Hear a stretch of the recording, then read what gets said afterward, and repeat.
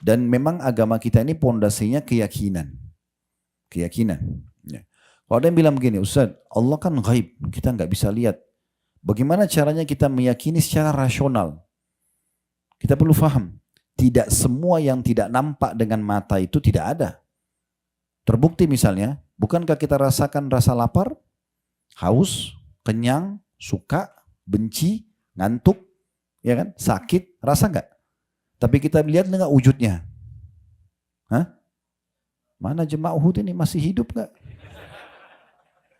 Pernah lihat nggak sakit itu bagaimana wujudnya? Lapar, kenyang, nggak pernah kan? Berarti ada hal-hal yang gaib tapi kita rasakan, kan gitu. Ini cara mengimani secara akal hal-hal yang gaib. Kalau memang ada di alam kita yang gaib, karena ada Allah yang gaib tidak nampak, tapi kita mengimaninya, gitu kan? Begitu juga malaikat tidak nampak, tapi kita mengimani kepada bahkan rukun iman kita. Ada syaitan yang menyesatkan manusia tidak nampak, tapi semua itu ada fakta kalau itu ada. Contoh misalnya Allah Subhanahu Wa Taala. Kalau ditanya mana buktinya Allah, baik dari mana alam semesta ini? Ada satu fakta, contoh yang bisa jadi fakta. Saya sering sampaikan di pengajian tentang masalah tauhid. Ini dasar sekali. Banyak manusia Bapak Ibu sekalian sangat bangga, bahkan kagum ya, kagum kalau kita bahasakan, dengan seorang pelukis. Di mana pelukis itu, dia misalnya contoh, dia sama seorang pelukis pergi ke pinggir pantai.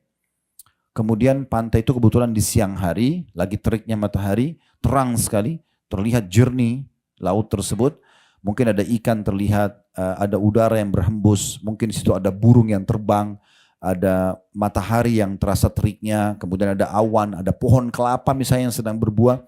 Lalu si pelukis ini berada di sebelah orang ini, bawa papan lukisnya 1 kali 1 meter, lalu dia lukis persis seperti apa yang dilihat oleh orang ini dan si pelukis tadi. Kira-kira apa kata orang ini? Bagus banget. Bahkan lukisan yang mirip dengan aslinya itu mahal kan? Ya, bisa puluhan miliar bahkan sekian banyak harganya gitu. Ini unik ini. Mereka kagum-kagum dengan pelukis yang sebenarnya pelukis itu hanya sekedar menciplak apa yang ada di depannya. Dan uniknya lukisan ini hanya bisa dilihat saja. Sekarang lukisan itu yang dia sudah lukis ditaruh di ruang tamu misalnya. Kita cuma bisa bilang, oh ini pelukis pernah lukis tahun sekian di sini ya. Gak bisa dirasakan apa-apa, cuma nampak. Tapi kalau ciptaan Allah ini, rasakan udaranya, dirasakan terik panasnya, dirasakan sejuk airnya, didengar kicauan burungnya, bisa dinikmati kelapa itu, dan terus ada. Gimana manusia bisa mendustakan kalau ada pencipta ini? Bangunan ini Bapak Ibu sekalian, kira-kira masuk akal gak? Kalau tidak ada arsitek yang gambar, tidak ada tukang-tukang dan buruh yang bekerja untuk membangunnya.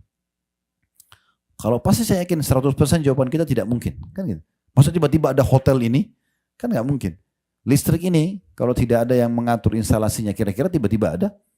Kan nggak mungkin. Nah, bagaimana bisa ini kita bilang tidak masuk akal? Tapi alam semesta ini pergantian siang malam, pagi terbit matahari, malam terbenam matahari, pergantian musim, musim hujan, musim panas, musim dingin. Ini semua tidak ada yang pencipta yang mengatur?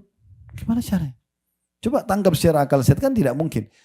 Dan ada ribuan argumentasi seperti ini untuk membantah orang-orang ateis yang mengatakan tidak ada Tuhan. Kan gitu. Lalu dia dari mana sekarang? Kalau dia dari ibunya dari mana? Ibunya dari mana? Siapa yang awal nih? Mana yang awal buktikan, suruh buktikan dia. Dia nggak akan bisa buktikan. Kalau kita seorang beriman, oh Allah ciptakan Nabi Adam dari tanah, lalu Allah ciptakan dari tulang rusuknya istrinya Hawa, kemudian berkembang biaklah manusia. Diutuslah utusan-utusan Allah untuk menyampaikan sampai nanti mereka berbakti akan dapat balasan pahala dan surga. Kemudian orang bangkang akan dekat kena hukuman dan masuk neraka. Dan surga yang dijanjikan puncak nanti di akhirat itu sudah terinci semuanya.